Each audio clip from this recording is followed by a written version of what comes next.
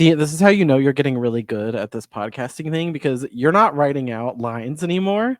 You're No, writing notes. I You are am. writing notes, and it I'm getting scares me crazy. because I don't know what is going to come out of your mouth. Oh no, neither do I. But it might be a I good just thing. got So towards the end. I just got fed up, and I was like, because I was just thinking about this guy.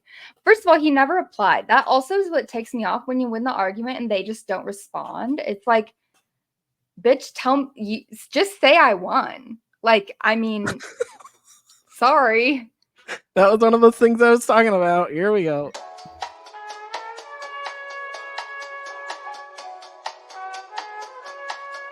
Going up.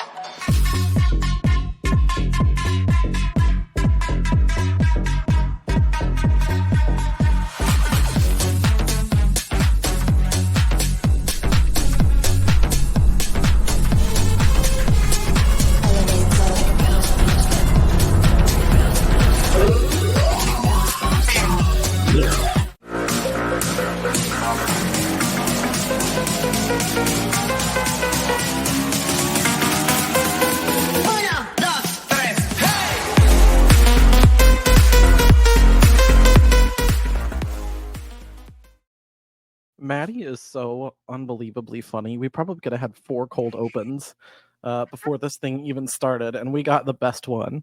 So I just had to take it and roll with it. Hello and happy Friday. It's probably going to be Saturday for you guys when you get this. I am your co-host, Kenzie. This is the Flagrant Femmes. As you can probably tell from the intro, I sound absolutely horrendous. I apologize. I'm going through my biannual cold. The seasons are changing in Vegas. It's going from like 120 to 90, which doesn't seem like a lot, but it really is. It might as well be 30 degrees outside, and I'm chugging OJ and COVID testing so I don't wind up on the OR. I don't want to be in the OR. The IR before the playoffs start. Speaking of playoffs, it is official. Sadly, the 2024 WNBA regular season has come to an end. We did not get there without some fireworks along the way. I mean, the end of this week alone was absolutely filled with fireworks. We had the battle for the 8th seed finally come to a conclusion. We saw a little bit of a brawl between the unlikeliest of ops in Brittany Griner and Rickea Jackson. Maddy, it was a show-stopping final week of the season. You just got back from Seattle a couple of days ago. Did you have a blast finally getting to see your Storm in person? I need to know all about it. Yes, I absolutely had a blast. The weather was amazing.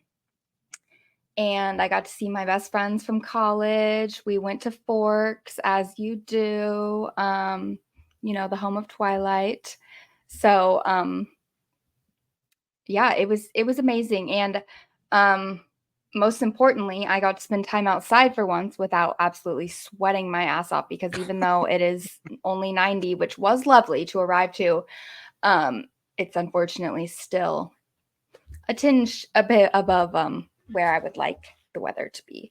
But yeah, it didn't even rain until the last day, shockingly. I was actually kind of disappointed. I kind of wanted like some quintessential Seattle rain, but it's okay.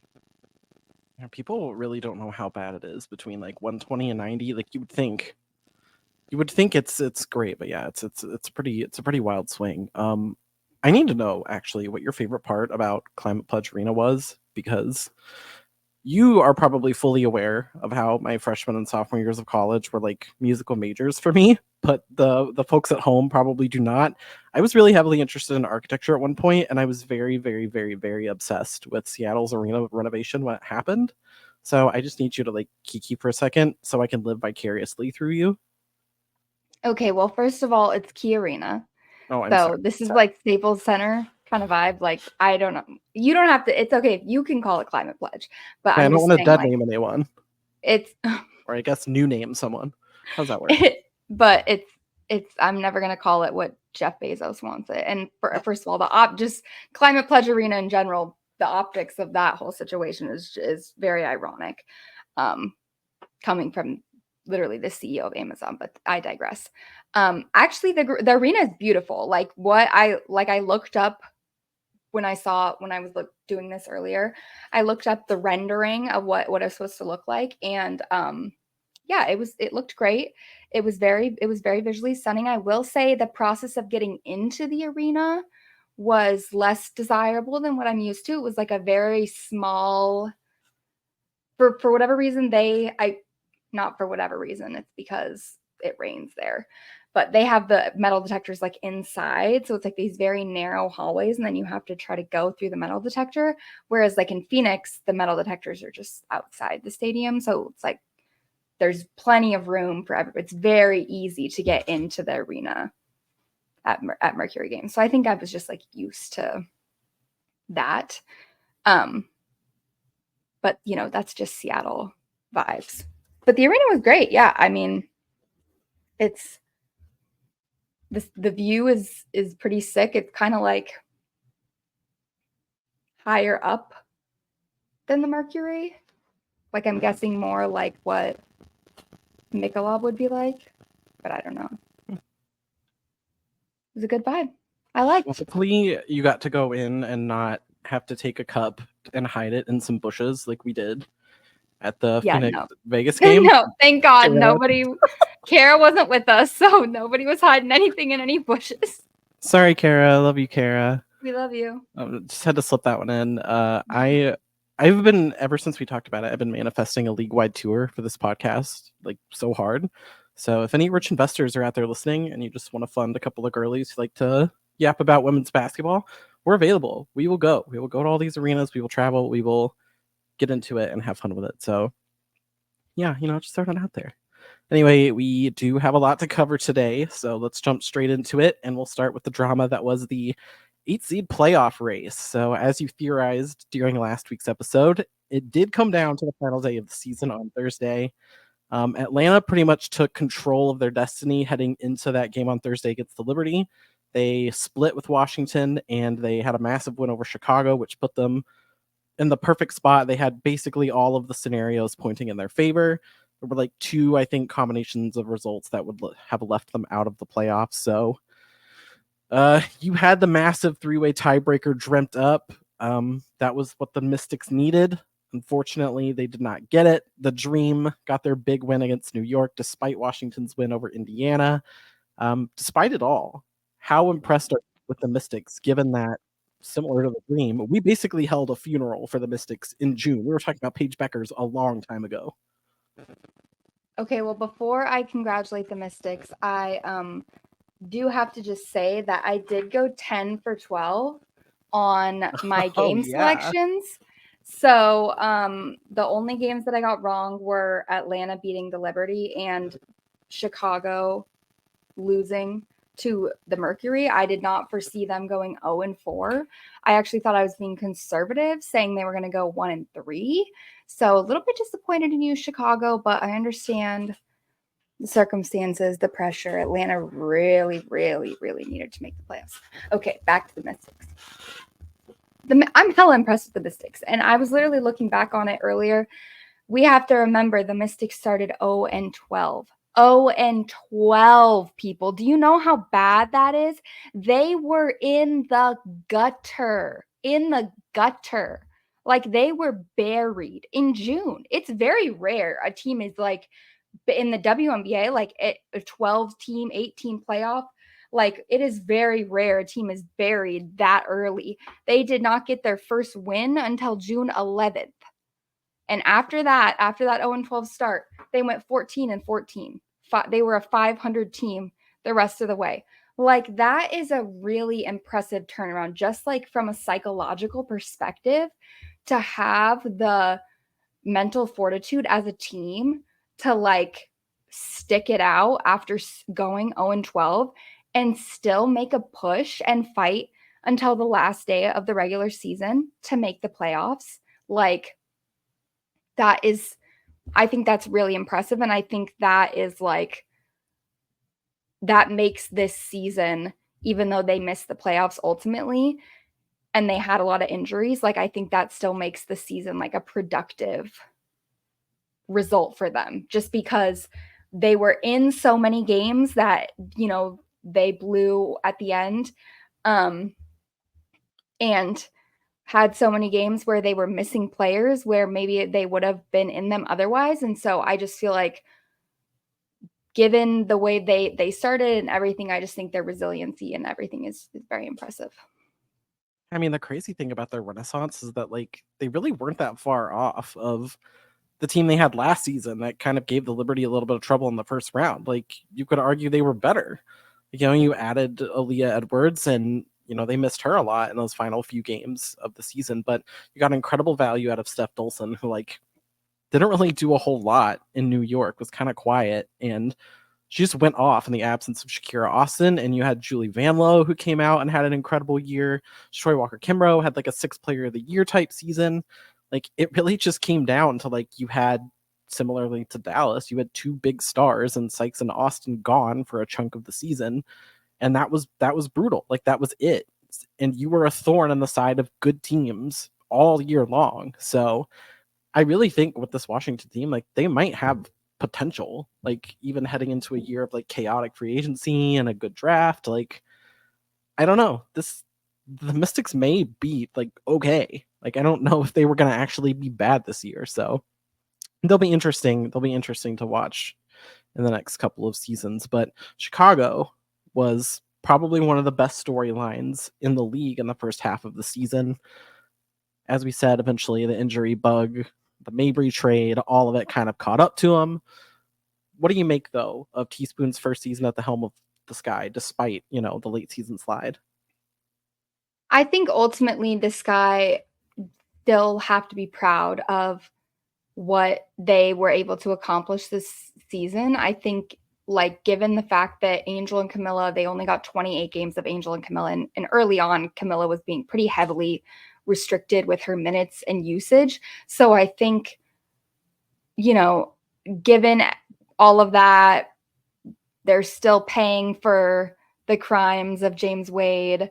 The Mabry trade was horrible for them, even though I understand why they did it.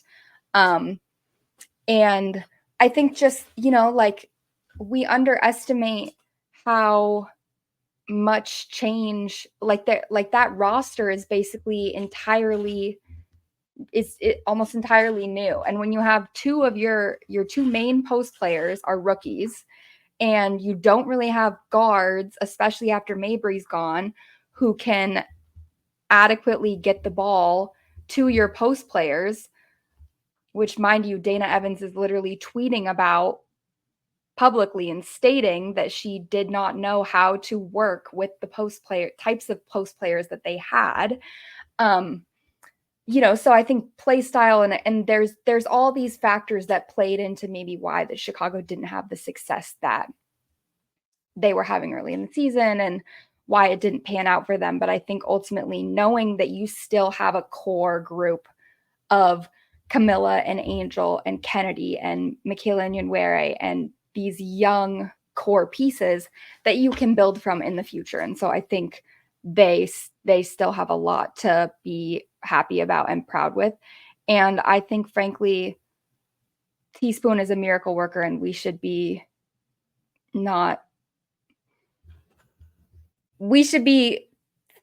congratulating her for what she did with that roster and the set of circumstances that she was given in Chicago. Yeah, I mean, James Wade left this thing like in ruins. Like it doesn't feel that dramatic to say James Wade left this thing in ruins.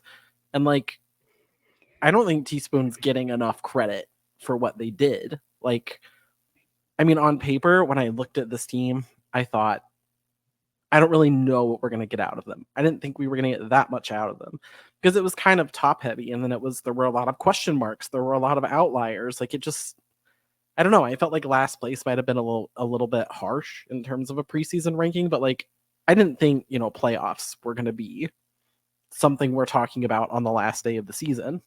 So the mileage that they got out of this team was incredible. Like Kennedy Carter had a career year in pretty much every offensive category. Lindsey Allen had a career best scoring season. Elizabeth Williams was literally on pace to have a career best scoring season until her torn meniscus. So we knew what Camilla and Angel were going to bring to the squad as rookies, but like the mileage you got out of this team, like even through the trade, like you just can't say enough about what Teaspoon did. And I think things will look a little bit different next year roster wise. Obviously there's as we've seen in the media, probably going to be a lot of moving pieces, but like the future's bright with Teaspoon. Yeah. Like, as long as Chicago Sky have Teresa Witherspoon, like, the future's bright. Given the organization can stay out of its own way, but it was a sad ending to a year, but I think the Sky fans have a lot to look forward to. So that finally brings us to the Atlanta Dream. And again, we talked about this team being dead in the water heading into the Olympic break. We didn't really count them out entirely. I think we gave them a little bit of hope, considering, Ryan Howard was going to come back. We didn't know what was going on with Jordan Canada. There was, a strong argument that Tanisha Wright was literally coaching for her job. So despite it all, they made it to decision day. They ran the table in the final week. They went 3-1. They won 3 straight. They stole the 8 seed. So given the turbulence of the season, how surprising was it to not only see Atlanta back in the playoff hunt after the break, but bringing the battle all the way to the final day of the season and winning that battle? I don't think surprising is the word that I would use, because, again, we knew how bad that team needed that playoff run. And I think the difference that did benefit sort of Atlanta compared to the Mystics and the Sky is that that's a team that primarily is made up of veterans. Like, even Ryan Howard is in her 3rd year now. And so, like, these are players who want to be in the playoffs, who were in the playoffs last year and want to be there again. Tina Charles was out of the league last year. Like, Tina Charles does not want to go home. Tina Charles does not want to miss the playoffs. So these like, not that Angel Reese wants to miss the playoffs. Obviously, nobody wants to miss the playoffs. But, like, I think, when you're at a different point in your career, there's a different level of gravity to making the playoffs versus missing the playoffs. And so I think, the stakes were just a lot higher for the Dream. And also they had the experience to benefit them. And I think they also had, to a degree, the talent and skill level to rely on in that moment. So when they got healthy, ultimately their ceiling as a roster is higher than, I think, those other teams at this point, just with the pieces that they do have, with Alicia Gray and Ryan Howard. And so, just like, I think that's kind of what benefited the Dream. And, Tanisha was definitely fighting for her job. I'm sure those seats were getting very hot. But yeah, Tina Charles, she's a legend. I'm glad they're getting in the playoffs, if for no one else than Big Tina. Yeah, I'm not fully convinced by Tanisha Wright at all, but I can't not be impressed with the toughness that they showed. Like, this is a really high pressure situation. Like, you hear it in sports all the time about how, like, our playoffs started now just to get into the playoffs. So, like, they've kind of been in the playoffs for several weeks now to try and get to the point that they made it to. So I'm, impressed with what they've done. I had higher expectations for a team that had the players, like you mentioned, Gray and Howard, Canada and Charles, but I think you saw glimpses in this run of how that core could work together. Like, once you get your injuries sorted out and you start to get healthy, and I think it's going to be enough to buy another season for Tanisha Wright, but we're still going to arrive at that pivotal crossroads. Like, a new CBA is coming, your stars deals are ending, like, Tina Charles is not getting any younger. Like, so 2025 is probably, like, put up or shut up time in Atlanta. So they're going to be an interesting team to watch, if not for just the entertainment value of it. Speaking of entertainment value, Maddy decided to get on a plane for a mere handful of hours. Couldn't have been longer than 3-hour flight on Tuesday. And in those few hours, we had multiple scuffles across the league, some minor, some big, some squaring up. The mini scuffle was in Seattle. The old UConn Notre Dame rivalry had some flames fanned when Vegas's Tip Hayes and Seattle's Skylar Diggins-Smith had a few words after Tip made a fast break layup. Skylar hit the floor attempting to defend it. Let's just roll the clip so we can kind of see what happened here. Vegas in the zone, 2-3, and they get the pick. Hayes the other way, in the open court. Good job by Skylar getting back. Oh, and a little taunting. That's got to be a tee. She held right in Skylar's face on the way back in front of the official. I thought he was going to tee her up, and he did. Skylar Diggins-Smith is asking for a sub. She hit the ground hard and is not 100%, and this is the absolute last thing that you want. And now Skylar Diggins-Smith saying, get her out of my face. I tell you what, Skylar's got a beef. Skylar absolutely has a beef. Because Skylar's got a beef. I tell you right now. Those two are like the personification of like two dumb bitches telling each other exactly. Dick Vane, whatever your name is, like, get yourself under control, brother. Like, you were an octave away from being an Alvin and the Chipmunks in that clip. Like, you are screaming at the top of your lungs. And we know Skylar is a little bit of a crybaby when it comes to officiating. There's a handful in the league that are. I didn't really see anything anywhere that warranted a attack from either player. Like, it was just players drive by chirp all the time. Like, you see it like when somebody makes a corner three. There's the turn, there's the look at the bench, there's talking. Like, it happens all the time. So nothing felt really malicious to me. Maddy, you're the Storm girly on this pod. Did you see anything sketchy here? Was this just good old-fashioned shit talking that was completely blown out of proportion by Seattle's broadcast team? Like, what happened here? When I watched this live, I literally was yelling at my TV, Dick, shut up. I was literally like, this is not warrant a tech. I literally was like, stop it. I'm so tired of this. And he has been known to do that. He's been doing this all season, like literally just like calling for techs on people. He was doing it before with Kennedy. He was like, yo, there needs to be a tech called on Kennedy for something. It's like, come on, man. Like, just let them play. I love the spiciness. Let them talk. Let them do a little taunt. In the NBA too, it's like the NFL too, no fun league. Like, come on, let them play. Let them have fun. Let them chirp. Let them shit talk a little bit. It's when it crosses the line, and they know when the line is. Like, so just let them go at it. Like, they're two grown adults. Like, what is the problem? It's not a big deal. Pisses me off.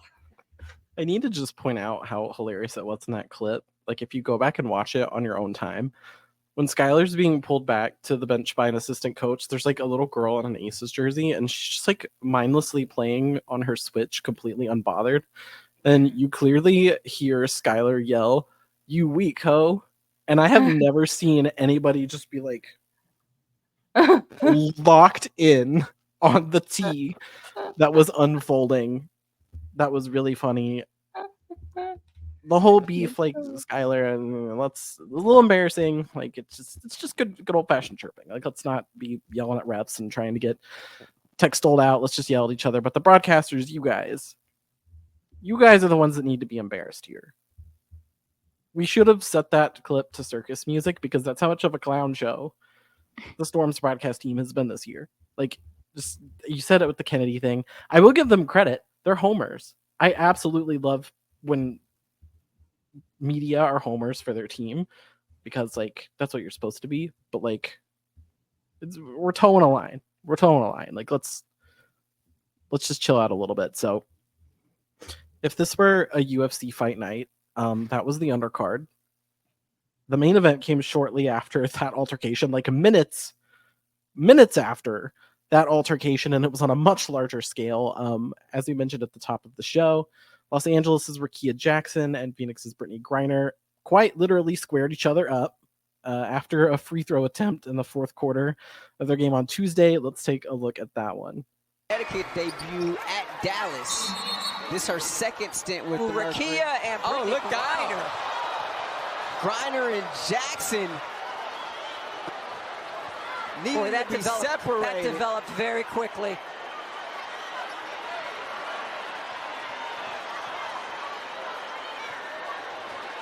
Boy, we have not seen Rakia Jackson get fired up like this. Sophie Cunningham getting involved. Natasha Cloud having some words. There's Griner. She's still upset. So is Jackson. Haven't seen her get this riled up this year either. Brittany has got a beef. Like, I mean, BG was, there were some fists. They were squared up. I mean, based on the eye test there, like it kind of looks like BG just kind of caught Rakia with an elbow a couple times on the box out, caught her up high in the face. Like it's hard to see in that clip, but if you go back and look at it, you can just kind of tell there was a little bit of extracurricular going on. The whole thing in total was a little bit reminiscent of Brittany Griner and Kayla Thornton getting into it, like back when I think it was Phoenix and Dallas at the time, except Rakia Jackson like went full blown into fighting stance, and Kayla Thornton was looking for an exit to the arena, looking for the tunnel. Like I've never seen anyone run that fast. Maddy, I think we're gonna have to keep you off planes for the W games going forward, because what the hell was that? Yes, I literally landed and I was just like, what the heck? Everything is on fire. That meme of the guy with the pizza, like, damn. Yeah, I mean, I feel like even on the broadcast, they're like, that developed very quickly because it really is just those sparks flew real quick. Just, but yeah, I think it was just another thing where it's like, ultimately, it's nothing. Like, it looks like a big thing, and like it's like a big drama and a big ado, but at the end of the day, really, that's all it is like some elbows in the head, and she got pissed and words were exchanged, and BG put her hand in Rakia's face, and she probably said, don't put your hand in my fucking face. And then, that's just the way those situations go. I feel like that's, it happens. Shit happens. Basketball games, they're going to get chippy, especially as the season goes on. There's like real stakes on the line. Rakia, she wants to win. She's already pissed off at Kurt. I was literally watching her in Seattle at the game, was literally videoing her screaming at Kurt on the bench. I was like, give it to him, Rakia. Give it to him. You tell him. So yeah, I love it. I love it. As long as nobody's getting actually physically hurt, or, as long as it's not crossing a line, I am here for the spice at all times. That's one of the things I love about the WNBA. In fact, these women play hard every single night. You don't have to worry about players taking plays off, just like whatever. It's none of that. It's some tough bitches out there. And I mean, at the end of it, like it was there were some shoves up high, but it was broken up pretty quickly. BG literally went on record during media availability this week and was like, it's basketball. Like, stuff gets heated. Like, I like Rakia. I like her game. So no hard feelings. Like, it's part of the game. That's literally what Brittany Griner said. So, like, Maddy just said, like, it gets heated. Like, it's sports. Like, how many people go to intramural basketball and just, like, get into shoving matches with random people because it just gets heated? Like, it's that easy. Like, do you see how easy it is to just be like, hey, like, it's just basketball? Like, it's just basketball. It gets chippy. It is. Like, it just gets chippy. And not, like, I promise you guys, not everything is based on, like, whatever insane parasocial theory has been made up in your head. Sometimes people are just shoving. Sometimes the girlies are just getting after it. And, like, they just got to get it out. It's just get it out of their systems. And they did. And we moved on. And guess what? Life moves on. But I do have to give Rakia credit, because she was open to rumble with anybody. Like, she didn't back up. She didn't go anywhere. She sized up that this was going on. Like, and in that clip, as always, Miss MAGA Barbie herself always has to insert herself into every single altercation. She could be coming from, like, Mesa. She could have been on the other side of Phoenix. She would have been in that altercation like 2 seconds later. And nothing makes me more irritated than watching Sophie Cunningham get involved in altercations and not suffer consequences for it. Can somebody please, like, make time for her? She is a nuisance.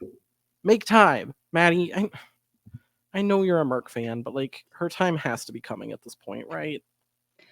I am a Merc fan, but I am not a Bigot Barbie fan. And she absolutely deserves to have her shit rocked. I cannot believe the amount of shit that she gets away with. Just the sly, low down, dirty shit she does, the shit talking. talk about somebody who's always got an ear for everybody else, despite the fact that she's quite literally the definition of a role player. She's always the one who wants to be all up in the drama, acting like she's tough shit, but then nothing to show for it ever. So I've got nothing for her. I was really annoyed when they signed her for an extension, in fact. Listen, the league's church mouse in Jackie Young said, "You ain't built like that." She doesn't talk to anyone recklessly, but she talked to Sophie Cunningham that way. So if Jackie Young's saying it, it's true. It's gospel. It's written in stone. But if anything, the girl on TikTok who has like the running montage of all of the scuffles and the chaos, at least she got a few more clips to add to that before the season ended. We definitely should show the finished product by the time the season ends, because like you said, it has been a spicy year for the girlies, pretty much from start to finish. And much like yourself, I love the fire and the physicality because I am a hockey fan. I'm used to the scuffling. And I think it goes to show, like, the loser, like, misogynist, that, like, the girls ain't afraid to get down. Like, they will get just as spicy and just as chippy as the boys. And you guys also need to go to Maddy's Twitter, by the way. Just, like, have to re-plug this, and gonna continue to plug it because she made an unbelievable edit. Not all of it's like scuffling, it's just funny stuff, just funny moments from the W season, and it is incredible. It's 10 out of 10. I think it should be edition 1 of like 100 because there's so much more stuff that can be covered. So don't walk to Maddy's Twitter and watch that. So switching gears a little bit here into our playoff preview. Like we said earlier, when that desert air for Maddy and I starts to feel like the 90s and the 80s and less like the 120s, that means the WNBA playoffs are nigh. So we've had a little bit of drama, but not a lot in terms of seeding outside of the 8 seed race. Seattle and Vegas pretty much played musical seeds in the 4 and 5. They had an opportunity to move into 3. There was rest and drama. Indiana trended up a little bit. Phoenix trended down. The top 3 spots didn't really budge for the most part. We'll put that little playoff. I just stole this graphic. I'm so sorry, WNBA. Here's your credit, whoever your designer is. It's pretty good work. We officially have it. We officially have our playoff bracket. Maddy, we've got a couple of potential bangers on tap in the first round. Which series kind of looks like your favorite matchup, do you think? Well, I'm scared by this series on a personal level, but I think it's going to be the best series in the first round, or at least the most entertaining series. And not just because it's a 4-5 matchup, because I think that's actually kind of like deceptive in a way, but these are just 2 teams that have a lot of recent playoff history. So Aces Storm, I think it's going to be a banger. If those of you who were not around or do not recall, in 2020, the Aces and the Storm played each other in the finals in the Wubble, and the Storm won 3-0. So that was a tragic moment for the Aces. And then in 2022, they played in the semifinals, and then the Aces got their revenge and beat the Storm 3-1, and also ended Sue Bird's career because Chelsea Gray just went absolutely sicko mode, one of the craziest playoff runs ever. And so that's kind of the history there for those of you who are unaware. But obviously also I have a lot of like Aces fan friends. So it's like,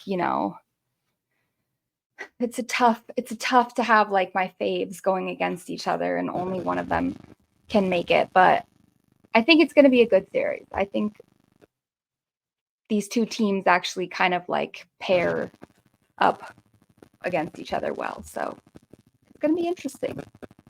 They had a lot of close matchups this season. Yeah, I think Chelsea Gray definitely created some nightmares for Storm fans, and they definitely might wind up reliving those again because Chelsea Gray is looking really healthy. We waited a minute for it, but she's looking really healthy. I think for me, on one hand, I really loved watching Connecticut and Indiana play basketball. Like in terms of the basketball, really, really fun to watch those two match up. But I kind of wanted the Sun to avoid being in like, the racism bowl off the court. Unfortunately, they did draw them in the first round. They'll have the home court advantage, though. The Sun will, so they may not even have to go to Indy. I think I'm the most excited to see those two match up just because I feel like guards-wise, they can really go toe-to-toe positionally. Like they feel really similar, so I'm excited to see that one. I think Vegas and Seattle had the potential to be my favorite series. I don't know. I think the Aces have found that second gear and they're winning despite, a little bit of struggle. Like Kelsey and Jackie have not fully hit their stride at the same time. Chelsea's kind of coming back. I don't know. So I think Ezzy and Jewel status will have a major effect for me on the series as to whether it's a close 2-game sweep or a blowout 2-game sweep. Either way, I don't really see Seattle getting a chance to play at home. I don't know. I was talking to Maddy in the DMs earlier. I think there's a way. There is a way that this goes to 3, but I don't know. They're gonna have to get some good bounces. As you just were talking about, obviously Vegas and Seattle have played some pretty incredible playoff games in recent memory. So what do you think? What's your take here? Do you think this is going to be another nail biter series, or are you worried about the Storm, kind of given the injuries and the struggles? What do you think? Well, I'm very worried about the Storm. Let's just get that out of the way. I'm very scared, very worried. But I have my trusty notebook here. And as soon as you grabbed that, it was like, let's go through the evidence that I have that I am telling myself. It's optimism season, as we call it. So here's the evidence that I'm using to support my case that Seattle has a chance to at least make things interesting and potentially force a game 3. So they've played 4 times this season, right? All these teams have played 4 times. The first game, Seattle won. Kind of a fluke that was very early on. The Aces did not look at all like the Aces. The second game, Las Vegas won because obviously they won the last 3 matchups. Jewel went 0 for 9 in that game. Very one of the worst games of her entire career, in fact. She played like 35 minutes too. Very, very rough game for Jewel. A lot of cardio. So, that's, whatever. The next game, Jewel went 8 for 22. So also struggling from Jewel, but at least I was happy about that. Okay, yeah, true. But the team also shot 3 for 17 from 3, which, the Storm have been shitty from 3 all year, but it was exceptionally bad. So I feel like that played a part in that. We still only lost by 5 in that game also, mind you. That was a heartbreaker. Next game, this one was just very recently, and obviously the Aces smoked us, but we had no Jewel or Ezzy. And that was the only game we played all season with Gabby Williams. And she actually cooked in that game. And she's been cooking with her new hairstyle. Which is she's fantastic. Really hot. So that's my case, is that the Storm offense has also been looking really good since Gabby joined. The offense has been looking better. We went from 7th in offense to 5th in offense the last 12 games that Gabby played in. So there's that. Also, our defense is technically slightly better than the Aces. So that's pretty much all I have to offer as to why the Seattle has a chance. But yeah, no, I still think most likely, unfortunately, that it's not quite our time. Seattle's got to hit their stride. There's a lot of issues. We've had some struggles as a team. Seattle has. So, I don't know. And I told Maddy earlier in the DMs, like, Seattle still has a roster. Like, there are a lot of really, really, really, really good players on that roster. So, I don't think I'm fully convinced by Seattle, even at full strength, just based on what I've seen here towards the end of the season, just given how well Vegas has been playing. I think they had won like 5 of 6 before the last game, but they kind of like limped past Dallas and LA. Like, I feel a lot about the Storm like I felt about the Aces in August. And if you had asked me then, And I told Maddie several times unprompted, like I would just wake up in a cold sweat at 3 a.m. and be like, Seattle's walking Vegas in 2 games. Like I was saying that all the time. And I kind of think they've switched roles a little bit down the stretch. Like I said, Jackie Young hasn't really been playing her best basketball post-Olympic break, but she put up a post-break high in field goal percentage and her second best game in scoring against the Storm on Tuesday. So I feel like the Aces have a little bit more they can tap into going into the playoffs. We'll see though. What did I tell you? They're the Kansas City Chiefs last year. They the whole season, everyone's been saying they got no receivers. They've got no. You see all those drops. You see what's receivers drops. Look at Chelsea Gray now. Look at Tip Hayes. Look at Sydney Colson. She didn't smoke that layup. Like, come on. I mean, it's all about hitting the stride at the right time. It doesn't matter how many drops you have in the regular season if you catch it in the Super Bowl. Yeah, speaking of hitting strides, I don't want to alarm you any further, but your other squad, the Phoenix Mercury, drew a very, very tough matchup with the league's hottest team, actually, the Minnesota Lynx. They're like 9-1 in their last 10. We're not going to count the sit-out game because, like, who cares? Phoenix, they're kind of playing some of the worst basketball of the playoff squads, unfortunately. They escaped their last 2, though, with wins over LA and Chicago. Let's just ask you point blank, Maddie. Does the Merc have it in them? Do they have it in them to upset the Lynx? Listen, as much as I want them to, so that Diana Taurasi can have one final home playoff game, no, I don't think they can even take a game off them, if I'm being completely honest. I hope they prove me wrong. I'm praying to all that is holy that they prove me wrong so that Diana Taurasi can get one final home playoff game. Like I want that for her so bad. But ultimately, when I was looking into this earlier, they're 8th in offensive rating and 9th in defensive rating. They barely deserve to be in the playoffs. And the only thing they have going for them is that they have vets and champions on the roster. So maybe, we hope that they can turn it on in the right moment and they can all sort of like hit their stride. We had I think, some of the closest game that Phoenix, or the one game that they won against Minnesota, is the game that Ka went off and she had 34 points. So, I think if that's the formula essentially for if they're going to take a game off the Lynx is, can you have Ka go off for an explosive 30+ point performance? Can you have DT chip in for 20 points? Can you have BG get 10 rebounds? That's kind of what's hard. And ultimately, with Girl Dad at the helm going up against Cheryl Reeves, I do not feel confident at all in the Mercury winning in that department. Players who haven't really gelled on both ends all season. So unfortunately, I just don't see it. Just with the way the Lynx are so hot now and they have been so consistent all season. They have so much depth. Like it's just a bad matchup. Like I almost think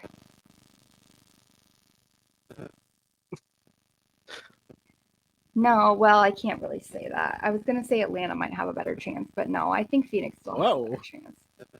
But the optimism is obviously not very high in the house of Maddie. She's checking her notepad for said optimism. It did not come. I think it finally took until the final weeks of the season to confirm it for me. But I think the Lynx are my personal favorites to win the title. Like, aside from the fact that they're on like a crazy run, like I think they're 14-1, not counting the sit out game on Thursday. Like they've owned every team basically in the top 5. So they took 3 of 4 from New York. They took 3 of 4 from Vegas.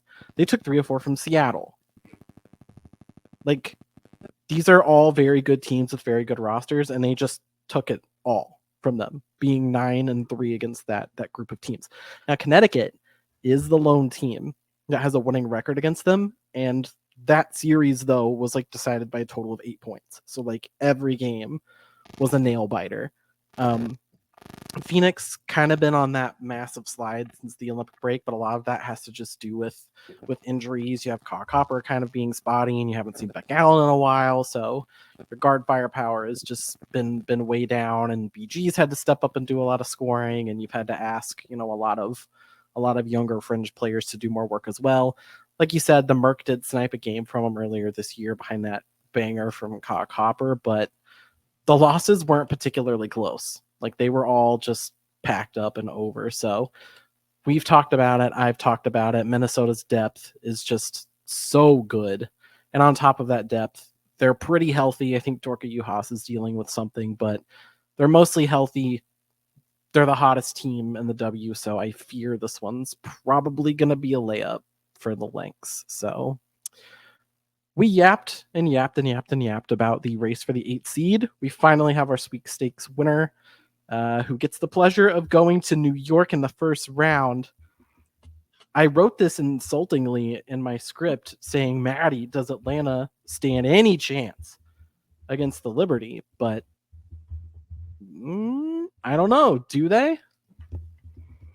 I mean, no, I don't. Unfortunately, I don't think so. I mean, I will say coming off a win in Barclays, that can't hurt their confidence. So, I mean, that, like, I think that's definitely has to give them at least a little boost, just knowing that regardless of the fact that they were, not playing their starters the full minutes and whatever the situation was, that ultimately they still did take care of business in the Liberty's arena. On the other hand, the Liberty might, say, well, they just took one from us in our arena, so let's, go out there with some extra pride.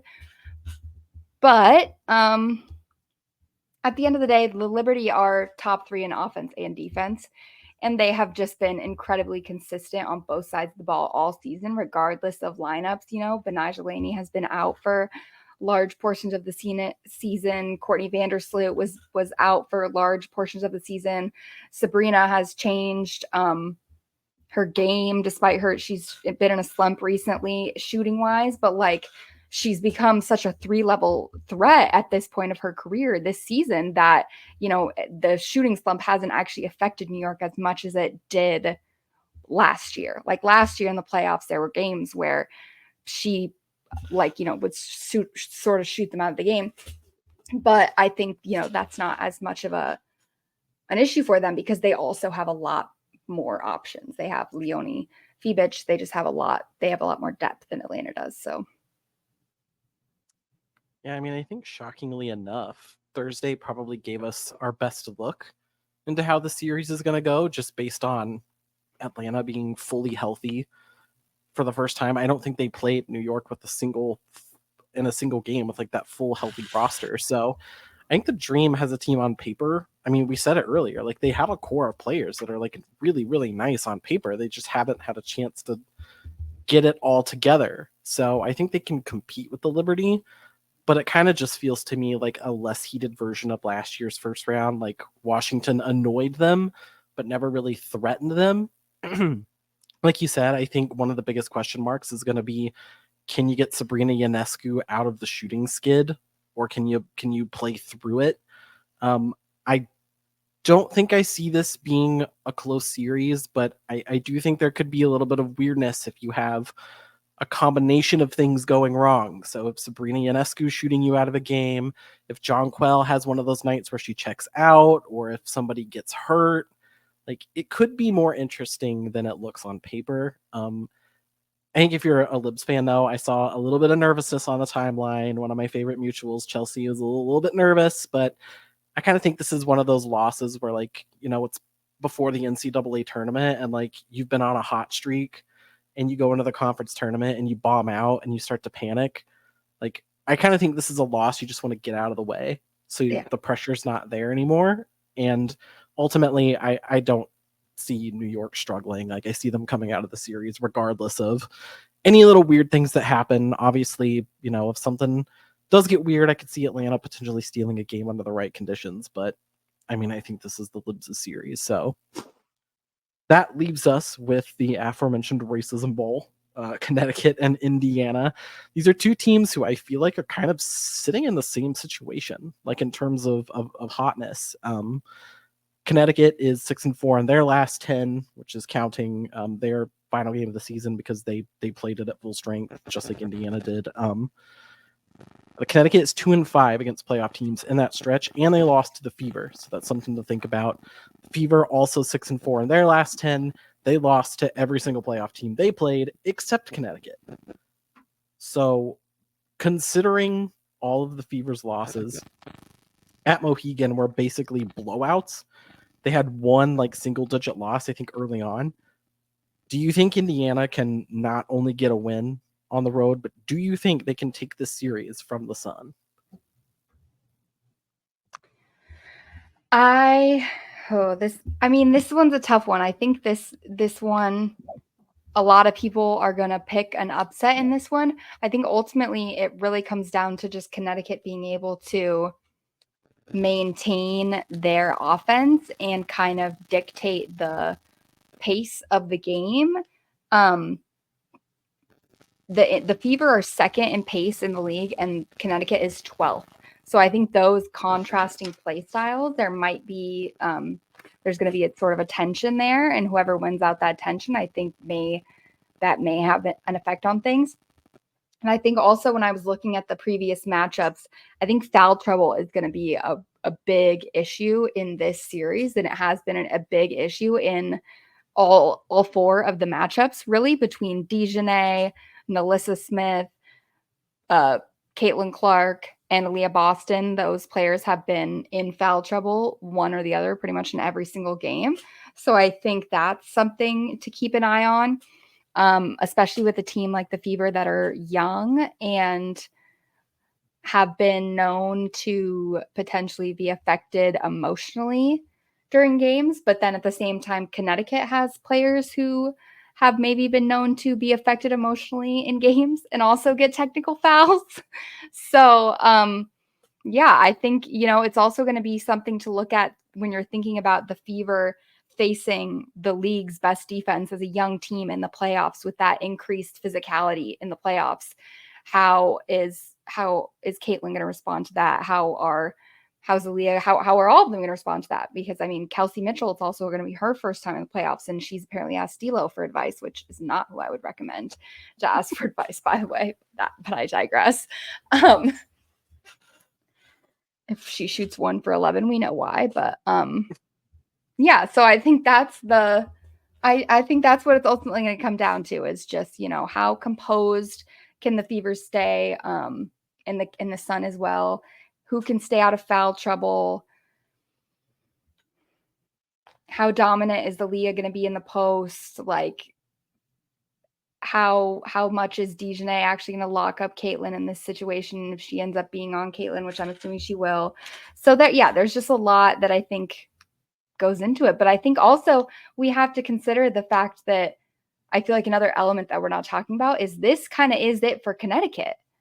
Like, this is that always literally always the bridesmaid, never the bride. Like, this is for Connecticut, this might be their year. Like, if AT and DB, they might say if it's not happening in Connecticut, we're going to find somewhere where it's going to happen. Like, so I think that could also come into play in a positive way or a negative way. It might give them this additional fire that they come out and say, no, this is our year, that we are really it's our year to claim this. Because if you remember also, the Connecticut went on that insane winning streak to start the season, and it was supposed to be their season, and the Lynx have kind of come back to steal the shine, and the Liberty have come and stolen the shine. So it's kind of like, yet again, the Connecticut Sun have had a great season and no one's talking about it, and they end up the 3 seed, and now here they are again, and people are talking about the Fever, this young team, are gonna come and upset them. So I kind of hope that the Sun come out and just shut everybody up and say, no, we're here. We've been here. We have experience in the playoffs and we're real. But then on the other hand, the Fever might come out and say, we have nothing to lose because we're a young team and we weren't supposed to make the playoffs to begin with and haven't made the playoffs since 2016. So we're just happy to be here. So I don't know. It could go a lot of ways. Yeah, this series is like an absolute pressure cooker because there is just so much going on between Connecticut needing to find it and finally break through that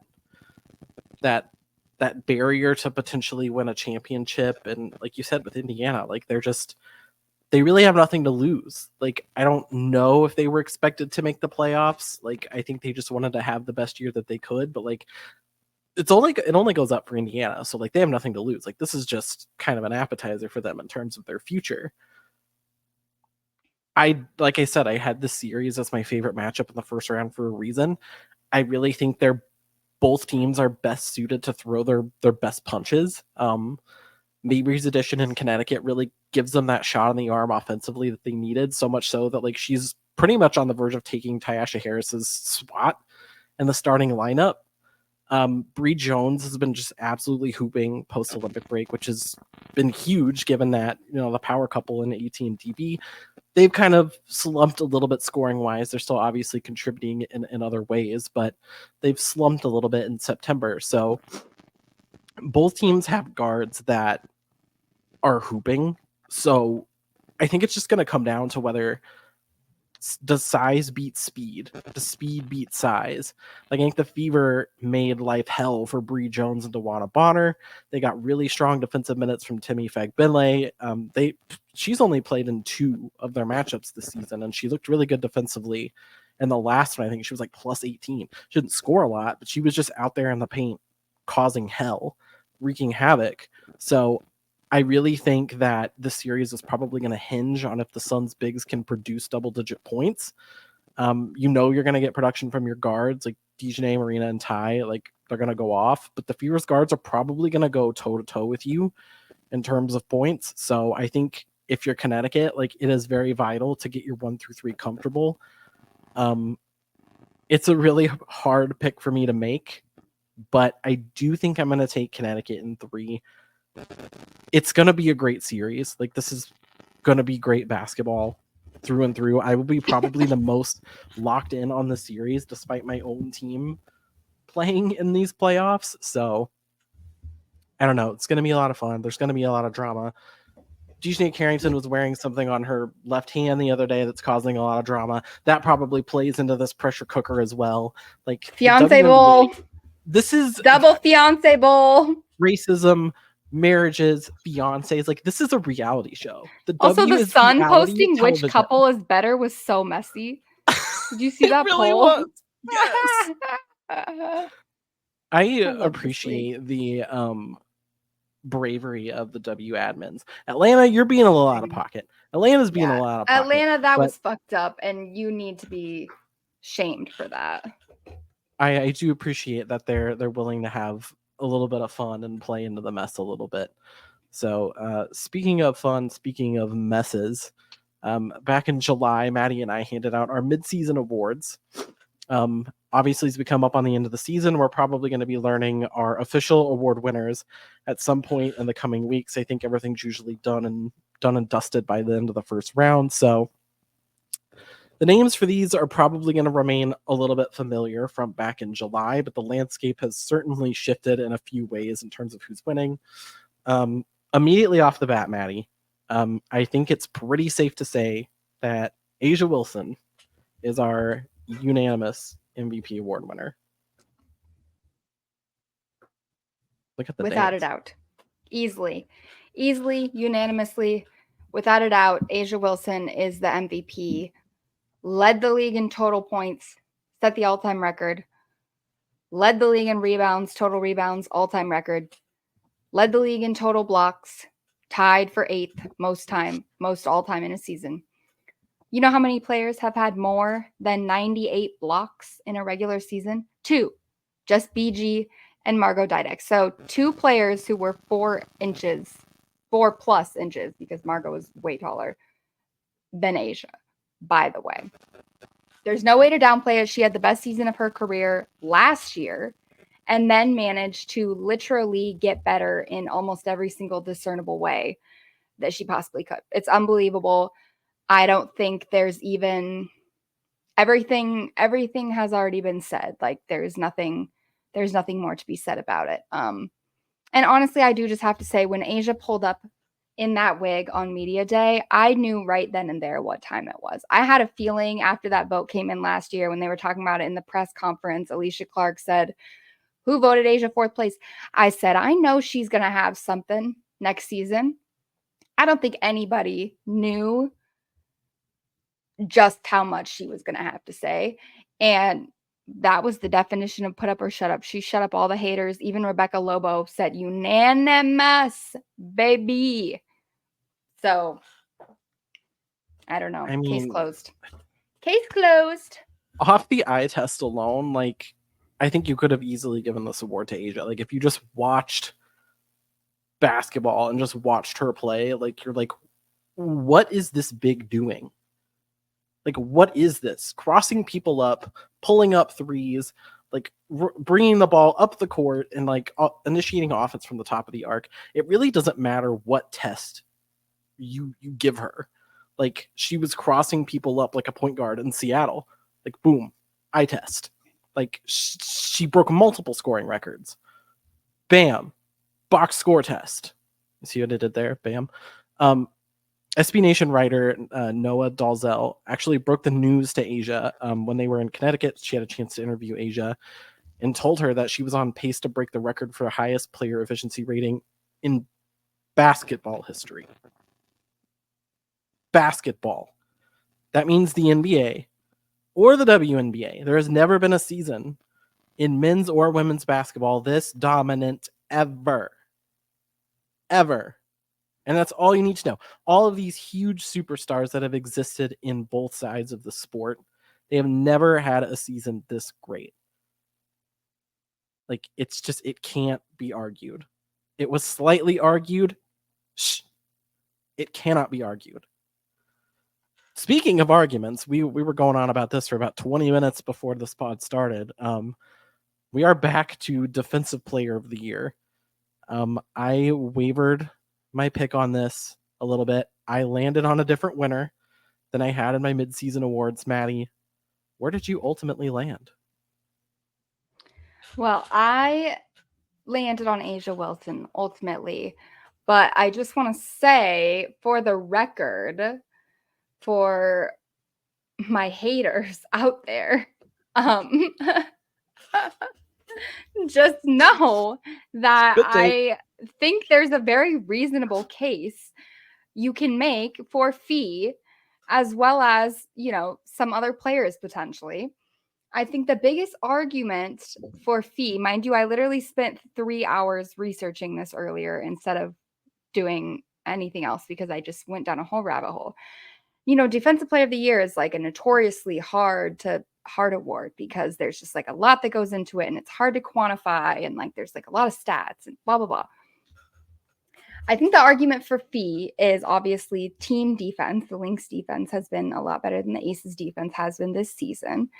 And I think I've seen the argument about her positional versatility. She is a little bit smaller than Asia and tends to play on the perimeter more than Asia does. So she has been matched up with, guards and other players in a way that Asia hasn't been used. So, I think those are very valid arguments, and there are stats that Fee is better in, but I did make a graphic earlier. I decided to just go and look at what all the articles that I could find from The Athletic, which ironically did not pick. I literally could not find a single article on The Athletic's website, which is now literally on NewYorkTimes.com, by the way, which pissed me off in the first place. But nobody picked Depoy for them, so I don't understand what happened there. But I went to Yahoo, ESPN, CBS Sports. I went through all of them, and I went to the Depoy section, and I looked at the stats that they included in their write-up. And I found all of them, and I went and looked at Asia's, and I went and looked at Fee's, and I made them into the stat head versus with the green boxes like people love so much. And I posted it for multiple reasons, but to show people that when you look at the advanced stats, there's like a lot of different factors. You have to look at everything in context. the key with statistics and data in general is that it's all contextual, and you have to understand what it means. You can't just look at raw numbers and say this is why those graphics are problematic in the first place, and why I wanted to post it, because you can also see how close many of these stats are. And that's why I think it's important to, like, I hate to be this person because that sounds like a Republican take, that it's not. But like, you need to do your research for yourself. Like, you need to look this shit up for yourself. When I see somebody talking about steal rate and she's doing better in steal rate, and I look this up and they're like, it's a very similar rate. You have to, you know what I mean? So it's like, anyways, I think that's the argument for Fee. Team defense, positional versatility. You can maybe argue that she has been more valuable as a defender in that sense because of her versatility. Here's the argument for A'ja. Also team defense. And you want to know why? Because the rest of her team is not very good at defense and hasn't been all season. And she has managed to drag that team to be the 5th best defense in the league, despite the fact that they have tried at every turn to be much, much worse than that. And I promise you, if you've seen them, you would know they've tried to be worse than that. Yeah. Especially on the perimeter. So and that's not A'ja's business. You know what I mean? So like, I think that's also what you have to take into account is, why is their defense so poor? Like, what's the aspect that's so poor about it? Also, mind you, when A'ja won Defensive Player of the Year, her first Defensive Player of the Year in 2022, the Aces were 6th in defensive rating. So, there's just a lot going on. And I think when you look at how dominant A'ja has been as an individual defender who doesn't have a strong rim protector alongside her, whereas Nafisa has Elena Smith and now Myisha Hines-Allen, who can also take on some of that, which I think does end up helping your individual statistics as a defender, and your team defense, obviously. So I think just ultimately, for me, what it came down to personally, when I decided to make this decision as somebody who very obviously does not have a real vote or a real stake and nobody actually gives a shit what I think it should be A'ja, because she has been so impactful. Like, the Aces literally would have been, their defense, I think, genuinely would have been bottom 4 without her, like, easily. And I think without Fee, who did miss some time, their defense, like, didn't drop off horrifically in her absence. So I don't know. That's my personal argument, but I do see why people have an argument for Fee. And I think, like, she had an incredible defensive season. It was just like towards the end, A'ja literally just started going ballistic and literally had 98 blocks. She had 50 more blocks than Fee this season. And they played the same number of minutes they played 34 minutes per game. Both of them did. So, like, I mean, her production was just off the charts, like next level. She's leading everybody in rebounds, defensive rebounds per game by over 1 whole defensive rebound per game. Like, it's, you know what I mean? There's just levels to this. And like, that's what it came down to for me. Yeah, I mean, I think to your point about the Aces, like, this is a team that is getting a little older. Like, let's not beat around the bush. There are a lot of 30-year-olds on that team who were also hurt coming into the beginning of the season. And I said, I'm the Aces girly on this podcast. I'm a season ticket holder. I'm there pretty much every night. Like, I know I use the term traffic barrel fast and loose on this podcast, but like, it literally was A'ja Wilson and like 3 to 4 traffic barrels on the floor for a very, very good chunk of this season. And the fact that A'ja drug this team all the way up those rankings is like such a testament to, I mean, we talked about it on the last podcast, how incredible her individual season has been. The rotations, like, I've seen A'ja get left out to dry on rotations so many times this year. And like, in the second half of the season, like, she's just there. She's just finding her way there now. Like, they're getting a little healthier and the defense is picking up a little bit, but they're still not that good, like, at this point. So she deserves a ton of credit individually for what she's done to the team as a whole. This award was much closer than MVP back in July. Even back then, I had to do some thinking on it. I had Nafisa Collier as my Defensive Player of the Year mid-season. As you can see from the graphic, I've shifted on to none other than Asia motherfucking Wilson. Like, this is your back to back. Let's just, as long as she keeps doing this, she needs to be the Defensive Player of the Year. And like the alarm bells that are going off for like her flipping the script on this award so quickly over the second half of the season is that like the Aces have only given up 80 points, I think 3 times since the Olympic break, when they were getting torched in the front half of the season. Like, torched. And Asia has been a huge part of anchoring this defensive comeback. And if you need more alarms, like Asia took Nafisa's spot as like the league leader in so many different things: defensive win share, blocks, rebounds. Like, she's caught up in defensive rating. She was like in 5th at the time. She moved up into 2nd. Like, to me, Asia was sitting in Fee's position in July, where like the stats were really good, but she wasn't necessarily the leader, and it wasn't translating. The impact wasn't quite there for the team, whereas it was for Nafisa. It's flipped. Like, it's just the stats have flipped.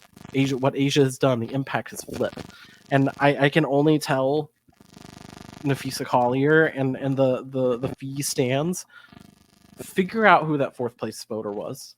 Figure out who the 4th place MVP voter was, because that person fueled the Asia Wilson that you're losing to this year.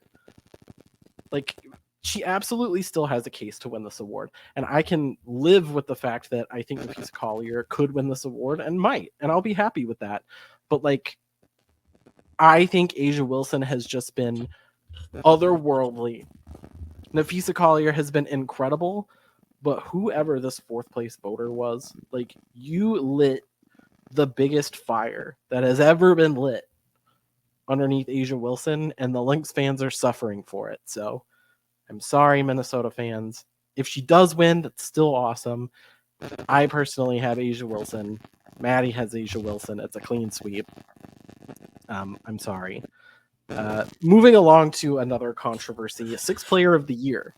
This thing has completely flipped on its head since the last time we talked about it. I don't even know who's eligible at this point. Like, it's just complete chaos.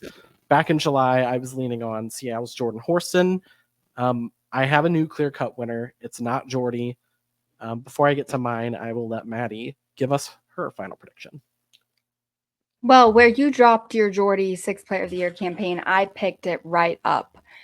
And the only reason that I didn't pick Jordy in our midseason awards is because at that time, Jordy had just been moved to the starting lineup. And I was like, oh, Jordy's not actually going to qualify. But then Gabby came and blah, blah, blah. And so Jordy actually only has 14 starts on the season. So I don't know. I just had to make my case for Jordy. I think, honestly, Tip definitely has better stats. And I think there's some other players that you could make an argument for as well. But Jordy still put up 7 points, 4 rebounds, 2 assists, basically a block and a steal on 49% field goal and 57% shooting from 2. So I feel like she's our spark plug. She's always a fighter on defense. Shout out to Jordy. Storm, we love you. And I feel like that's my campaign for Jordy.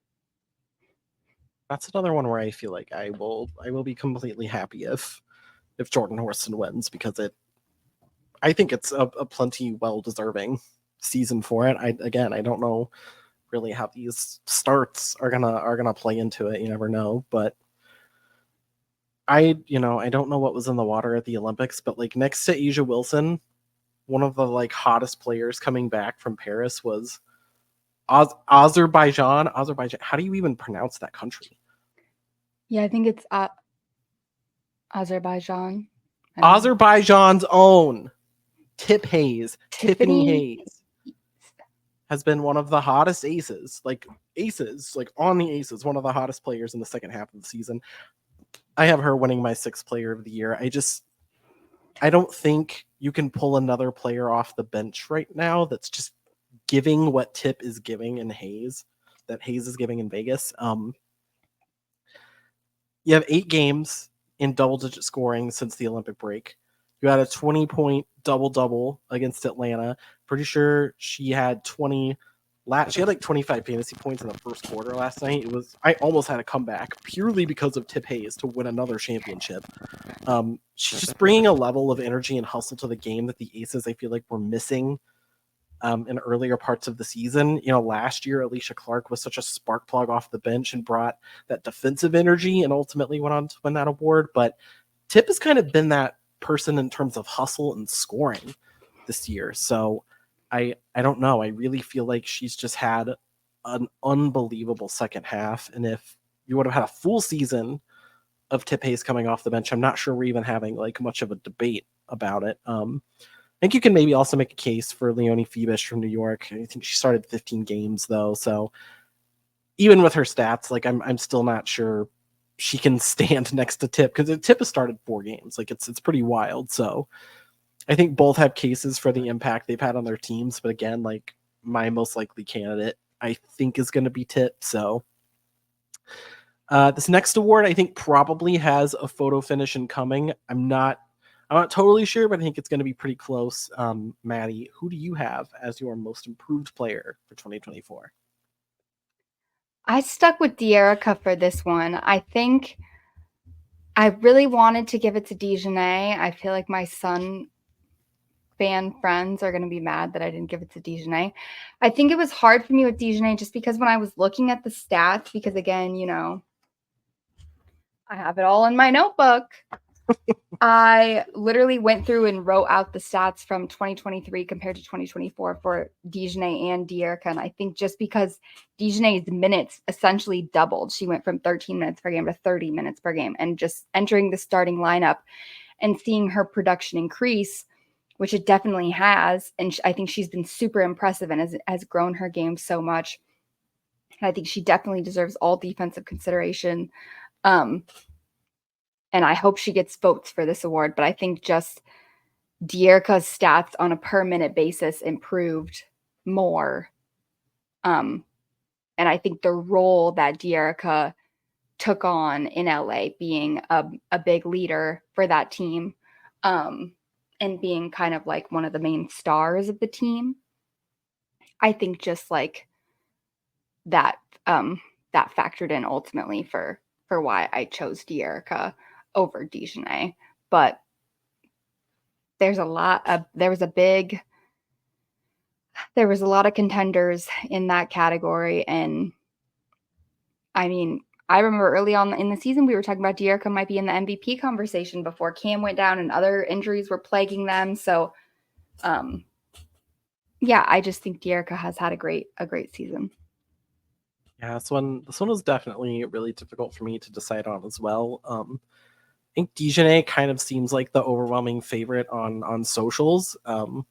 As you said, she stepped into a bigger role and really improved her stats across the board. But Kennedy Carter obviously had a really incredible comeback, put up similar stats that we've seen Kennedy put up in previous seasons. So I'm not sure she totally fits the bill compared to the other two, but I'm also going to go with De'Erica Hamby. She's had a career best season in scoring and rebounding, assists and steals, and all of that she improved by double or more, which is difficult to do. I understand you're taking a bigger role in LA, similarly to Dejanay, but I think De'Erica just did more with it. I mean, you had a little bit more of a load to carry, and she carried it really well. I think she just kind of leads this group of candidates in just about every improvement category, but she also leads them in win shares. So she's having an impact for her team specifically on the game. So, I mean, not only has she had, an incredible season, but she's had that big impact on her team. So I'm going to go with De'Erica Hamby. I do feel like I need to give a shout out though to Bridget Carlton. She's going to be my honorable mention for this. I don't know how that works with honorable mentions, but I just feel like she started more games in 2024 than like the rest of her 6-year career combined. And she's like tripled her scoring and assist output, which is like the best shooter from Iowa, baby. That's right. She's been honestly, a huge asset to the Lynx. I think she's been a really big part of their success. Like, I think when you look at teams who have championship quality and championship caliber, there's players like Bridget Carlton that exist on it, that play a big part in it, that maybe don't get the recognition that they deserve. So had to give a shout out to Bridget Carlton there in the mix before moving on. Unfortunately, we did not get to have the photo finish for our last award, which is Rookie of the Year. I think Angel Reese obviously deserves her flowers. Almost led the league in rebounding, literally as a rookie. Obviously, she set that record for consecutive double-doubles, but I think in the end, we pretty easily both can land on Indiana's Caitlin Clark as our Rookie of the Year. Indeed. I do just have to say, for any Sky fans or Angel fans out there who are needing some coping for the fact that Angels is more than likely not going to win Rookie of the Year, Charles Barkley, Hakeem Olajuwon, both of them lost Rookie of the Year to Michael Jordan. Both of them had pretty good careers, pretty memorable careers, if you ask me. There have been many players. Magic lost to Bird, Kobe lost to AI, Steph lost to Tyreek Evans, Dirk lost to Vince Carter, Tyreek Evans, yeah. So there have been a lot of players who ended up having excellent careers who did not end up coming away with the Rookie of the Year award, is all I have to say. So, and that's not to diminish but Rookie of the Year before anybody start, just stop right there. I think what you have to give Caitlin props for especially is the fact that they are going to the playoffs for the first time since 2016. That's something that's just undeniable. And she's had a huge impact, setting the all-time assist record in the WNBA as a rookie is absurd, is ridiculous. Like the fact that she was able to, that translated as well as it did and as quickly as it did. Like we knew that it was going to translate, absolutely. But I think her ability to have it translate so quickly was super impressive. I would be remiss if I didn't mention the fact that she did also set the all-time turnover record by a lot. Alyssa Thomas actually got in second place this season with 145, but Caitlin came in at a whopping 223 turnovers. Oh my God. So, there is that. And I think that just goes back to this, which this is something that I said literally pre-draft about Caitlin, which is she has this high risk reward play style, especially when it comes to her assists. She has her court vision is almost so good that, she sees passing windows and sees things that before her teammates see them. And I think that creates these incredible highlight plays and incredible scoring opportunities for her teammates, but also creates some turnovers that are very goofy at times and just the ball just sails out of bounds. And I think I was literally thinking about this earlier, and it reminds me a little bit, everybody slow down. I'm already hearing how people are going to react to this, but it reminds me just slightly of Josh Allen in the sense that he tends to have some of these moments where he just kind of goes into like Josh Allen, Wyoming football brain, where he I want to run into a guy. So he just, sort of just, he'll see a tiny B gap and he's like, I'm going to just sail right through that. And, sometimes it pans out and sometimes he ends up getting sacked. And so that's just the way it goes. But like at the end of the day, those highlight plays outweigh the negative plays. And I think that's, that's what counts at the end of the day. And those negative plays will also, go down. Like Josh Allen has learned to rein in the demon in him that wants to just absolutely truck into linebackers at full speed. Yeah, well, you take the good with the bad, right? I mean, that's kind of what you have to do with Caitlin Clark, is that you take the bad things with the good things, because the good things are far greater. than the bad things. The turnovers are there, but like everything else is just so much more worth it. And I even with a healthy Angel Reese, like I don't think this is as close as it was back in July. Back in July, like this was fire. Like they were both just going at it. Like every single night, somebody was setting a record, somebody was having a huge performance. But as I think time went on, like Caitlin just really hit that next level. Like as you said, like we said Caitlin's passing was going to translate well to this league, and it did. Leading the league in assists and beating out Alyssa Thomas like by 20 whatever assists. That's really, really impressive as a rookie. Like regardless of the turnovers.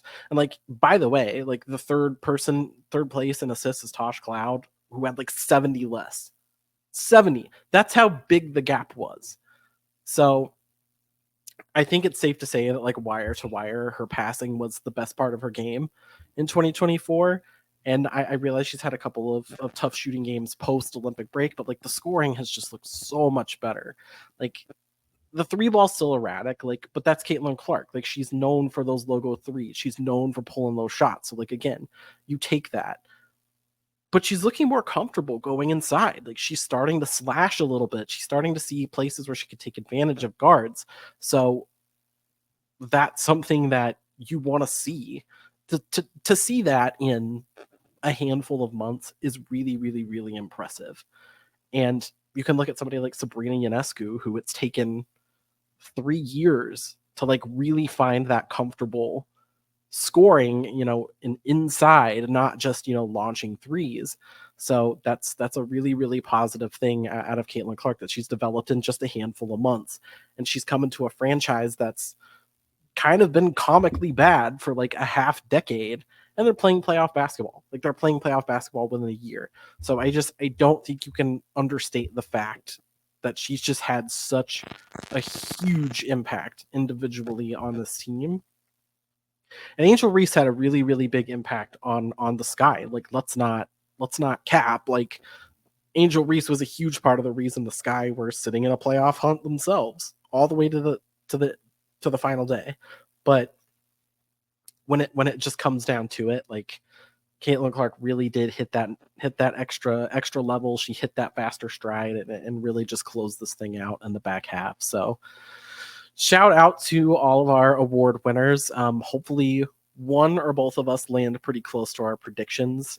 It is time to give more shout outs, derogatory ones anyway, to some of the worst tweets that Maddie and I saw. Wait, before we go, I just have to say, at least Angel Reese still has those championships. Oh boy, we couldn't get out of this without throwing a little shade, right? Because at the end of the day, like according to Twitter, Caitlin still has the chance to fight back. According to Twitter, like you're a huge Caitlin Clark hater. Always have been. Noted. No, but yeah, okay, because I've been watching Caitlin Clark longer than any of these hoes. I don't want to hear about it. You weren't in the trenches with us with those pink jerseys. You don't know. It's not the pink jersey. You guys don't know. You guys don't know when she was getting benched by Bluter freshman year. Anyways. You are going to be underpaid. I utilized a descriptor that I certainly should not have. Well, guess what, Monica McNutt? I could have done less. Hey, anyone want to buy a wet blanket? There was really no good way to transition into that. It was just hot chaos right there at the end. But between the Stathead boys and the Feast of Stands, the Maddie's biggest enemies, it's been a tough week for Maddie dealing with men on the Bird app, but you did manage to find a common enemy for all of us with your wet blanket, Maddie. So I'll let you get started here. This man really ticked me off. So he says the WNBA is on track to lose $50 million in 2024, a five-fold increase from them losing $10 million a year back in 1996. I honestly can't think of anything on planet Earth that could consistently lose that kind of money year after year, and people complain to pay them more. LOL. I'd love to punch that guy in the face right now, but I can't, because I'd get in trouble. Exactly. Because here's the thing. First of all, you're stupid. If you can't think of anything that could consistently lose that kind of money, then clearly you've never taken, I don't know, like you've never watched fucking Shark Tank. You've never, I don't know what to tell you. You've never heard of businesses that consistently lose money. Like it's like all of them. That's like, that's their whole thing is, they just act like they're losing money. Sir, have you heard of business? Like literally, I could name 20 off the top of my head. I could name 20 companies that consistently lose money. Twitter, the app that we're on, is not making any money right now. The profitability is in the toilet because of motherfuckers like you on this app who are literally just coming on here and spewing the dumbest shit you've ever heard in your life. And then he gets mad because I come back and tell him that that's why he's balding. Because this is his attitude, because he's pocket watching women. You're up in a woman's pocket watching her. What are you worried about our $50 million that we're losing? You don't even give a shit about this league. So what? I mean, it's just, I'm sick of it. I'm sick of it. Just instantly to balding. I died laughing when I saw that. Like, all I saw was just something about balding in your quote tweet, and I was like, oh my God. And he never replied. He never came back. Right. And they never do. And you know what's crazy about it? You know what's craziest about it? You know what you should have put on the damn fucking graphic? Follow back. Yep, it's always a fan. Follow fucking always back these a days, fan. Bitch. Unfollow me, block me. I have no desire to interact with any of you bitches. I do not want to talk to people who hate the league that I love. If you hate it, that's fine. Literally do not engage with me because I will come at you. And if I'm in a mood, I'm about to start finding y'all's moms on Facebook and asking if they know that their sons spend their days fucking trolling women on the internet, pocket watching them. Grow up. It's giving obsessed. Go buy some Rogaine. It's giving, why are you so obsessed with me? It's always a fan. With Maddie, it's always a fan. Every single time she sends me something she gets riled up about, it's always somebody that has the follow back. They are always following you. I don't understand it. It's like the hate following. I don't get it. I'm like, please, is. just, you don't have to like me. Like, I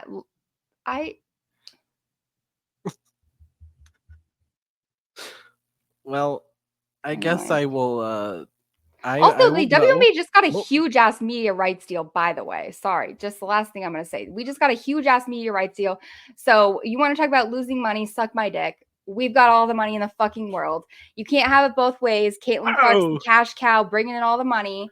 And then now we're still poor league. So which is it? Is she bringing in all the money and now it's charter flights or what? Okay, I'm done. You know we are hitting our full stride on this podcast when it just descends into fully unscripted chaos. There are sound effects going off. There's people just laughing. This is when it's getting good, folks. I have a tweet. I don't think you ever saw this. We never discussed this. You may have seen it in passing. I'm just going to read it. I'm going to read it and then we're going to think about it. This is from Lay or Lee. I'm not sure how you pronounce it. It just says Le, like it's French, like Le. I don't know. Either way, this person tweeted, Clark's rookie year and the Olympic year, Asia upped her men's +5. We're already really out of context right off the jump. She's the MVP. I just don't like how she was actively going for it from game 1. Ampersand, K. Martin had reduced men so Asia could get 41 instead of 37 or so. From the coach to the whole team, it's like, let's all help her get MVP. What you just said is one of the most insanely idiotic things I have ever heard. At no point in your rambling, incoherent response were you even close to anything that could be considered a rational thought. Everyone in this room is now dumber for having listened to it. I award you no points, and may God have mercy on your soul.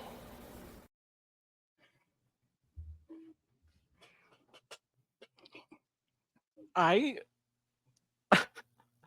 don't even know where to start. As that clip, as soon as I read that tweet, I was like, I have to include this clip from Billy Madison because I have never seen so many incorrect things surrounded by the fact that this person's thesis was like Asia is still the MVP. And like, can we just like this is just like a nitpicky thing for me, but like, can we just include the apostrophe? It's only 4 characters. Like, Asia's name is not that long. Just put the apostrophe in there. It's really not that hard. Just give her the common courtesy to spell her name right. That's all. Okay, so firstly, what was the thing about Caitlin Clark? Like, why are you dragging this poor girl into this? She has no business being drug into this silly rambling. I don't know what Clark's rookie year and the Olympic year. What was that? Just like a run-on from the last thought you had? Like, I'm so confused as No, to it's because context. Asia did this on purpose just because it was Caitlin's rookie year. And she said, oh, because Caitlin's coming in, so I have to really step up my game now. I guess. I mean, it's just at like a baseline. I feel like MVP is like a goal, right? For a player like Asia Wilson, like you kind of wake up and you're like, ooh, like I want to win another MVP because they've already won some MVPs. So like I would like to win another one. Like it just feels like a goal that you would have. The statement that set off sirens in my head and told me that this was your first year here. Like Asia Wilson lost an MVP award for not playing enough last year. Quite literally had her own coach blaming herself in press conferences for it, blaming herself for not playing her enough to win an MVP. So like that's how I know this is your first year here, so that's okay. You're just a little uninformed. You're a little confused.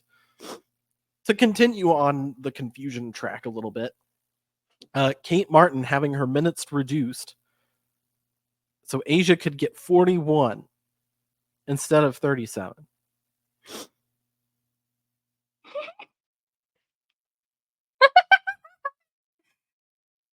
I'm going to stop you right there. Because there's only 40 minutes. There's only so many minutes in a game, and 40 is all you can get. So 41, I'm not sure where the wires got crossed there. I don't watch the NBA, so I don't know how much time is in the NBA.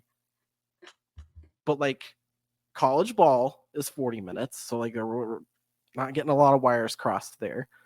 It's like I don't know what happened. Maybe it was a typo. I want to give you the benefit of the doubt because they feel really bad for you right now. Is kind of where I'm at. Like that, just 40 minutes though. Like that's just kind of the rule. Like they kind of try to play only 40 minutes a night. Like that's the goal. In terms of Kate Martin, like they don't even play the same position. So like Kate Martin is like yay tall and Asia's like yay tall. So like they don't really play the same position.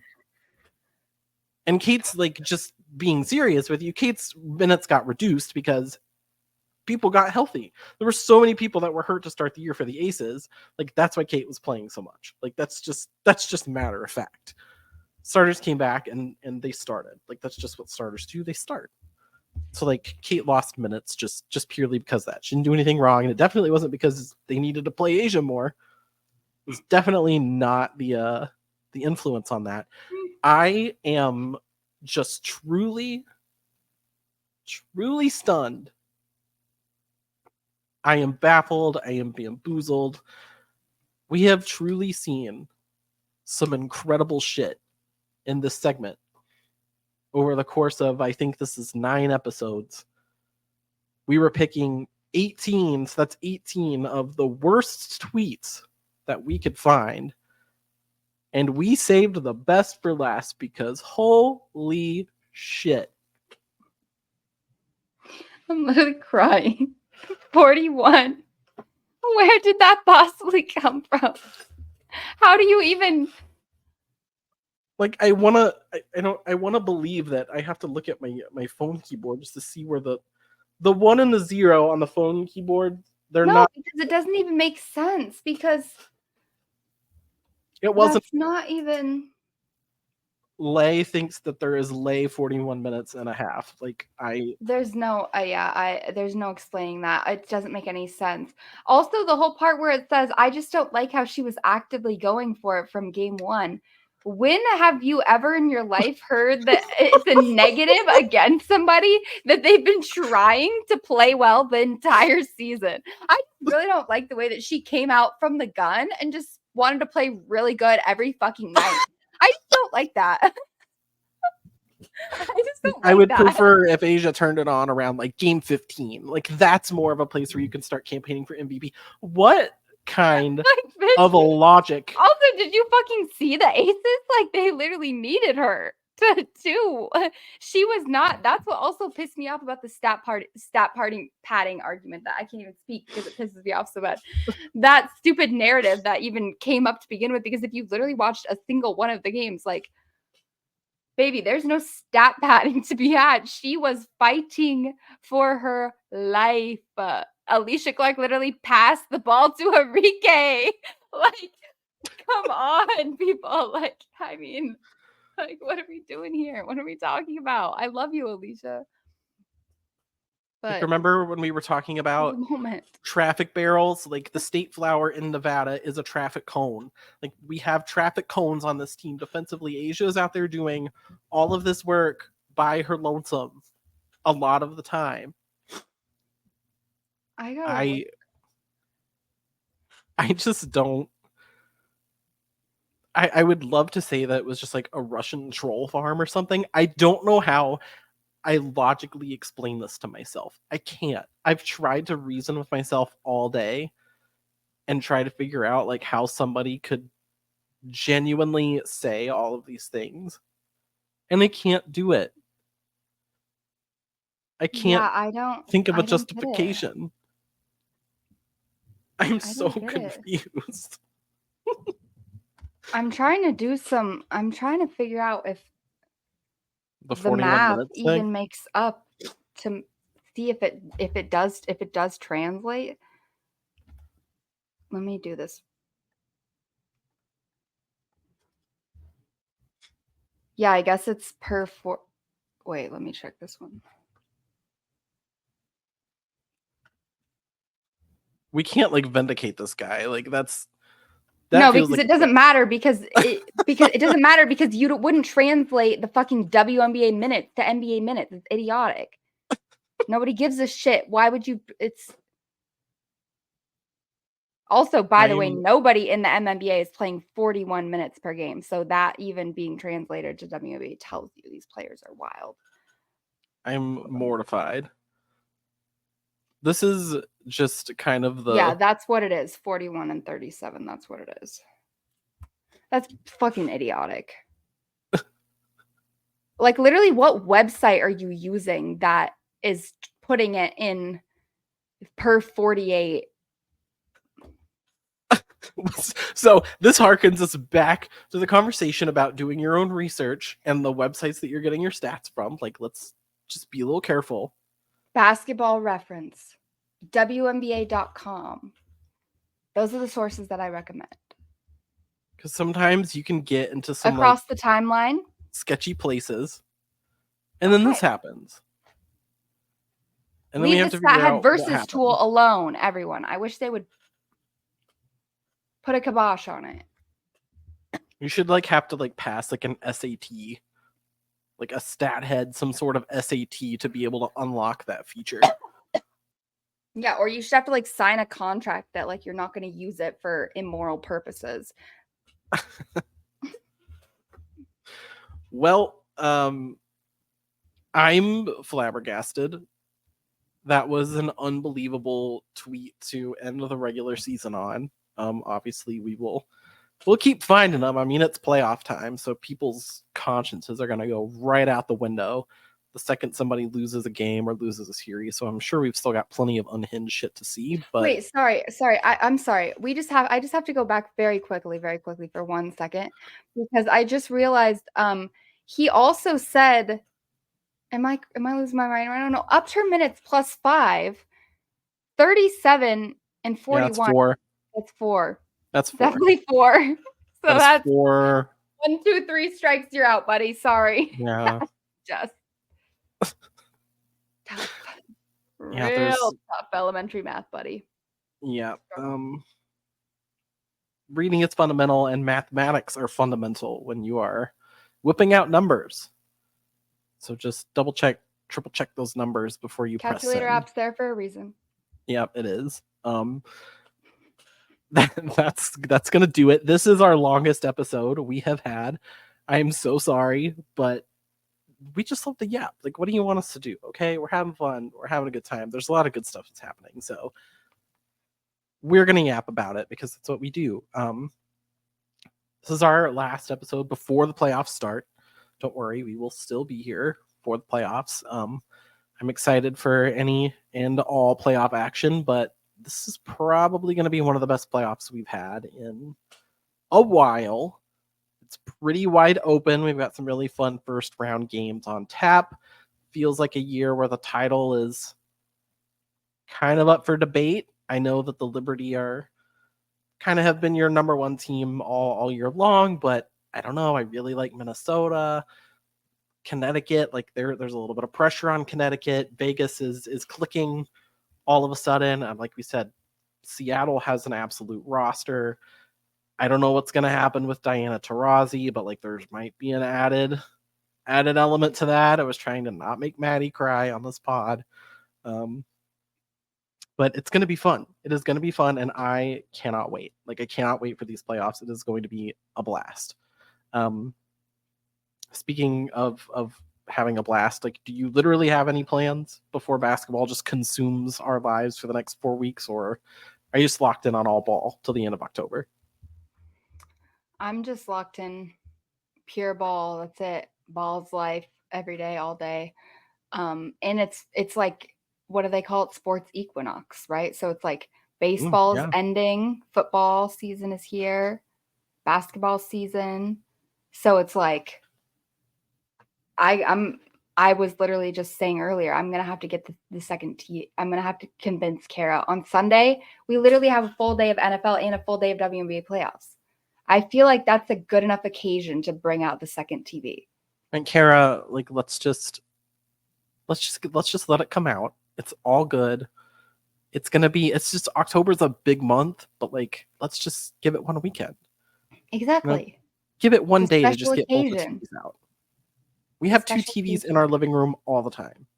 Exactly. It might be a little unhinged, but like, we're sports fans in this house, so sometimes it's a necessity. Like, you have your main game on the big screen, but like, there's other stuff you want to keep up with. Like, there's a lot of sports going on right now.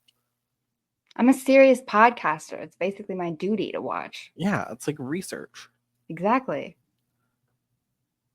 So now we're the two dumb bitches telling each other exactly what's bound to happen eventually. Someone has to. It's just because we're right. Yeah, exactly. Exactly. Exactly. Oh man. Well, of course the Aces figure it out, and you know the playoffs are kicking off right as my job. I'm a wedding stationery designer. Has its busiest month that it's ever had. I was literally dying for things to do over the summer. Maddie can attest to that. And now, when the WNBA playoffs are about to kick off, and the Aces have home games, hopefully multiple home games, hopefully a lot of home games, and hockey and college football and all this, now everybody decides they want to get married. Now they decide they need all of their stuff. So I'm gonna have my work cut out for me. A lot of client projects, trying to keep up with all the sports. Wish me luck. Also, shout me out if you know someone getting married. If you're getting married, sorry, free ad. Let me make your stationery. Let me make your wedding invitations. Before we go, we just have to talk about Brittany Griner and AT and DB just like getting after people on social media this week. You and I are like always harping on like these so-called fans. They're mostly just like rage baiters and idiot men, but some of the reads from our girls have been unbelievable this week. I am all about it. I'm here for it. The WNBA players are over it, man. We have seen multiple players like saying that this is the worst like treatment they have ever gotten on social media like this season. And I absolutely believe it, because even me with the tiny following that I have, like, it gets unhinged when my tweet makes it onto the wrong part of the app. So like I can't even imagine genuinely the kind of shit that they have in their DMs and in their replies and in their mentions on every form of social media all day, every day. So I support women's rights and women's wrongs. Not that they were wrong in the first place. I think they were absolutely right to clap back at anyone and everyone. Honestly, it's time that more people experience being shamed, because I think that's one of the few things that actually does help in these situations. Is sometimes you really just need to shame somebody and say, actually, you are a piece of shit for saying that, and you should feel bad about it. And the argument that a lot of these men make is that, well, you wanted more coverage and this is how it is in the NBA or so it is in the NFL. You don't have to do that. Like, are you guys aware that you just like, you don't have to bully a player? You don't have to bully the male player. You don't have to bully these women. Like, you just don't have to do that. You could just go to therapy. You could just go outside and scream. You could get a journal. You could do a lot of different things other than harass a player for whatever it is, whether it's on the court or the way they look or how they act. Like, you could just not do that. It's very simple. It's really that easy. Just fight with the fans. You guys love to fight with the fans. Just fight with each other and leave the players out of it. And like you said, you have a very good point with the whole shaming thing, because clapping back is fun. I've definitely accepted that. But there's nothing quite as satisfying as just shaming. That's just shaming somebody and then they disappear and then they feel bad. So I feel like at this point, I saw a W writer or big account. I don't remember who it was off the top of my head, but they pretty much just said, like, we just need to shame these people into oblivion. Don't fight with them, just shame them. Like, most of these dudes are just like rage baiters, they're just assholes, they're just miserable people. Like, they don't need to be yelled at because that's what they want. They just need to be embarrassed. Yep. Except for when Maddy calls them bald, because then they are both shamed and embarrassed and they got clapped back. I support women's rights and lefts and wrongs. Anywho. All right, that'll do it. We are touching 2 hours. If you're still here, we love you. Thank you for hanging out with us. We will catch you on Twitter. As always, we are at Flagrant Femmes. Smash that follow if you haven't already. We will see you next week for playoff basketball. It is time for the best part of the season. And remember, mess with the Femmes, catch a flagrant.